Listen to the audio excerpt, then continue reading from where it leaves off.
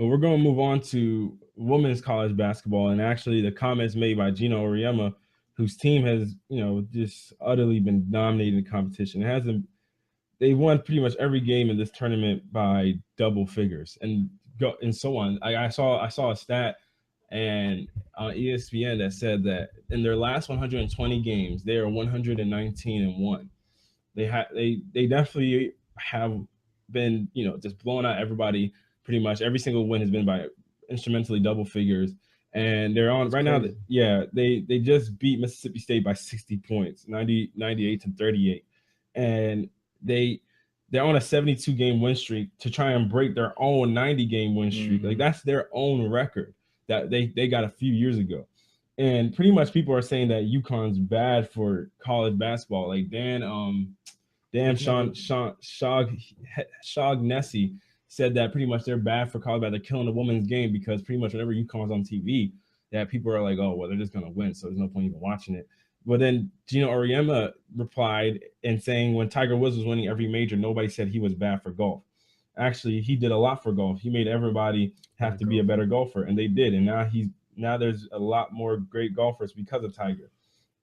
He went on to say, we don't appreciate people for how good they are and what a good job they do. We always have to compare it to something. It's only in women's basketball. It's the only sport where that happens. The only sport day in, day out, year in, year out, where we are faced with those questions and those comparisons. And they went then one of the Brianna Stewart went on to say, I think that for women's basketball, we're trying to continue to grow the game, and you can tell that we are with how the tournament has played out so far with the upsets and that kind of stuff. But it needs to continue. Teams need to get better, players need to get better, and it starts from before we even get to college. So, what do you guys think about the Brianna Stewart's comments and Coach Gino Auriemma's comments? What do you guys think of them? Khalil, we'll start with you. What do you think? He has a point in saying that it does take a great player to make other people better. These things that they were saying, the same thing we was hearing, a couple of months ago about the Warriors. How they were saying that the Warriors was bad for basketball because of because they was gonna win no matter what. And I guess they took away viewers and stuff like that. But see, the thing is, it's not just that about the one side, entertainment part of the basketball part. It's also about the players as well. You have this great team that people strive to beat. They're gonna do their best to get better, and they're gonna work their hardest to try and beat those players. So I do think that UConn, them winning helps the women's basketball in a sense because it does make everybody better because it makes them want to beat UConn. And once they train, like practice and get better at whatever, and they actually beat them, you ain't gonna be saying UConn is bad for women's basketball because now there's somebody that can actually beat them. And then what did Brianna say? She said, I think women's basketball is trying to continue to grow the game. I mean, she's true in a sense. What she said is definitely true. Um, yeah, they just gotta get better. No, everybody gotta get better. Even them. Even though they are winning, whatever, they still got a lot of places where they can grow on, and it does start from before they even get to college as well. Just learning the fundamentals make them just a better overall foundation as a player. All right, Rashad, what do you think? Is actually kind of interesting because I was actually thinking about this last night, and I was like, Gino Auriemma gets basically he's basically John Calipari of women's basketball. How you can't you I mean obviously the players is going to want to go play for one of the top coaches in the country, and if you're producing championships, why wouldn't you go play there? So if the best players are going to play there, whose fault is that? It's not his fault that he can recruit. It's not his fault that he can coach. It's not his fault that other teams can't do what he does. It's I think he's right for supporting his team, and I do the same for Calipari. He supports his team. Like he can't. It's not his fault that they want to come play for him. He's a great coach. He has a great program. He's a great mentor to these players. And as you say, the same thing with Gino. So you look at that, and you look at basically like what Brown Store said. Basically, was like basically in a sense, she said stop us. In a sense, she said stop us. If it's such a problem, we're gonna make the game grow. that's our job. We're trying to do what's best for us. So I'm looking at it in a sense like they're not at fault. You have to. There's game plans to beat a team. I mean, you practice the same way they practice. They may go a little harder, but in the same thing, y'all both go into a gym. Y'all both pick up basketballs. Y'all both practice. So at the same time, any team is beatable. You just need to know what to do. And we've seen UConn lose before with teams better than what they even have now. So it's not bad for the game of basketball because a team is dominating. It's you gotta credit the players that he has, the players that he recruit, the coach that he has, the coaching style that he has, and then the other teams has to accommodate for that. As you see, Notre Dame constantly is in contender to beat them every year and stuff like that. So it's just these other teams need to get honestly need to get better. Well, I do agree with pretty much the same premise of the fact that what Gino's saying that pretty much it is only in women's basketball that they're feeling this way because if all of a sudden like when the Bulls are running off their years of winning and through pretty much all of Jordan's prime years, nobody complained about how that they were making the game of basketball not fun. Everybody was just waiting to see who was going to knock them off. And as we see now with the Warriors are at the pinnacle of basketball, and now we watch every Warrior game to see Who's going to beat them? Yeah, who's going to beat them, and because they're so exciting to watch. I mean, obviously, sometimes when these games get to about when you're watching a game, I guess they're 98-38, you sometimes shut it off. But people tune in the first place to watch games like this. Like, the stats don't lie because there have been more upsets in women's basketball this year than men's basketball. The ratings are up 46% in the first couple of rounds from previous years. So when you see things like that, obviously that they're having a positive impact on women's basketball. I mean, even the top teams that were predicted to knock them out, like South Carolina and Notre Dame, have been upset. So you look at things like that, and you're just like, wow. I mean, this is unpredictable. So you look at it, and now they're set to play Texas, and you just sit there and wonder. I mean, that's a Texas team that they beat by 60 previously. So Sweet 16. Yeah. So we'll see how that plays out. I mean, but a lot of people. I mean, that's the game that comes on at 7 p.m. tonight on ESPN. A lot of people are going to tune into that because it's UConn playing.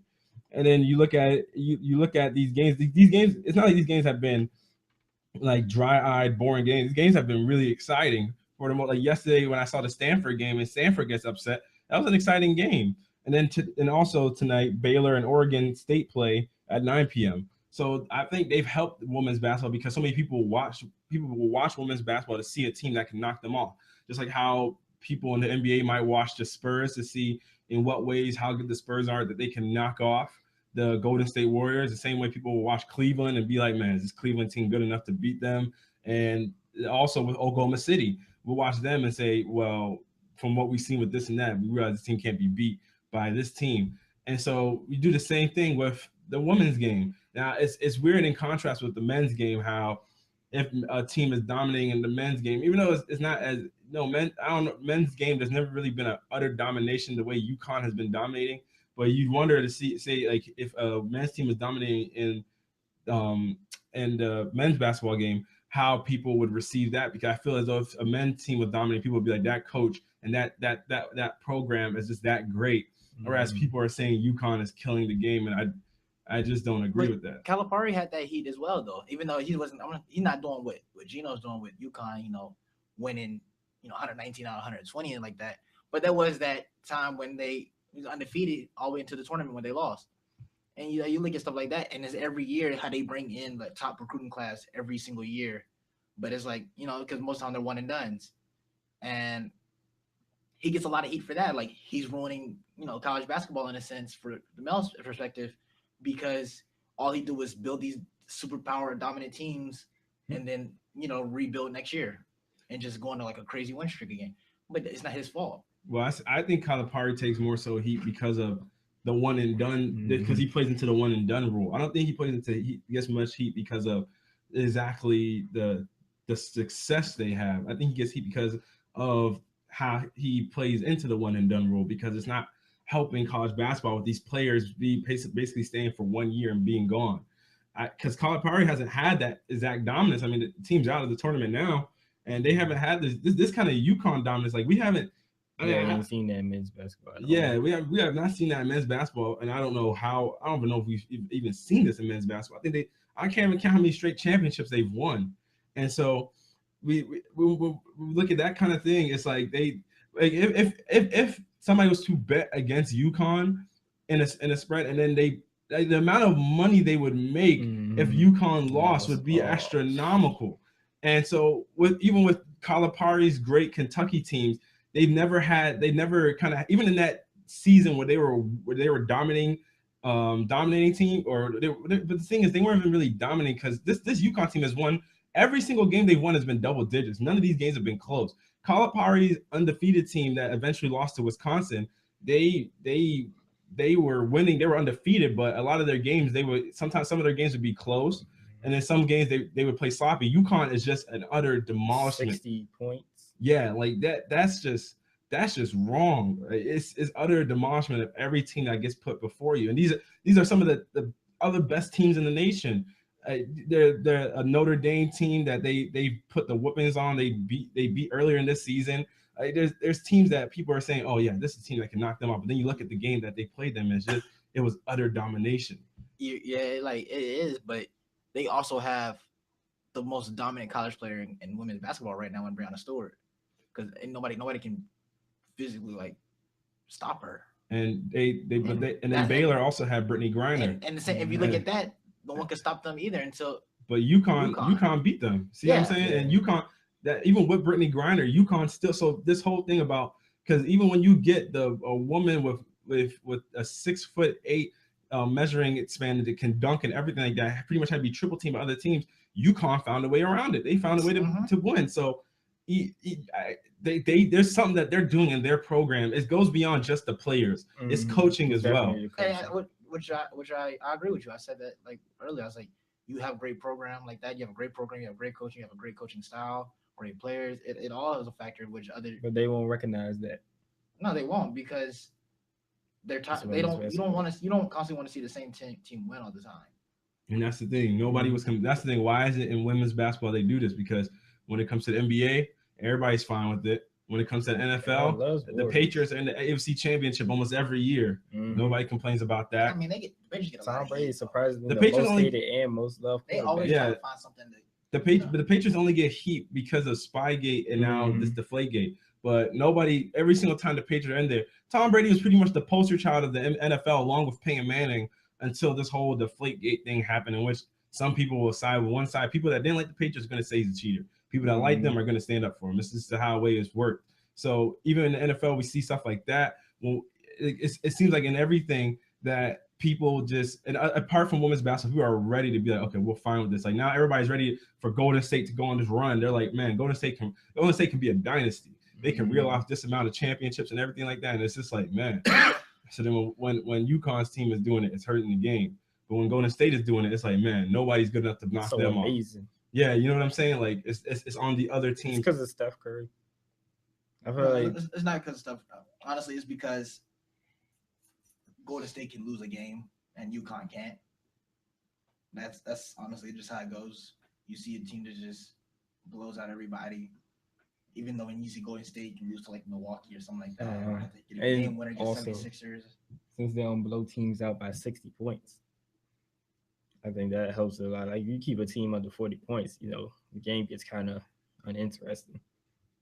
Exactly. I mean, it's hard to do that in the NBA though. And that could be the point he's speaking to. But I feel like I just feel as though if he's speaking to the point of it hurts the game, because yes, nobody wants to watch like once we're watching the game, we realize it's getting to a 30-point lead and we're like, all right, trying to change the channel.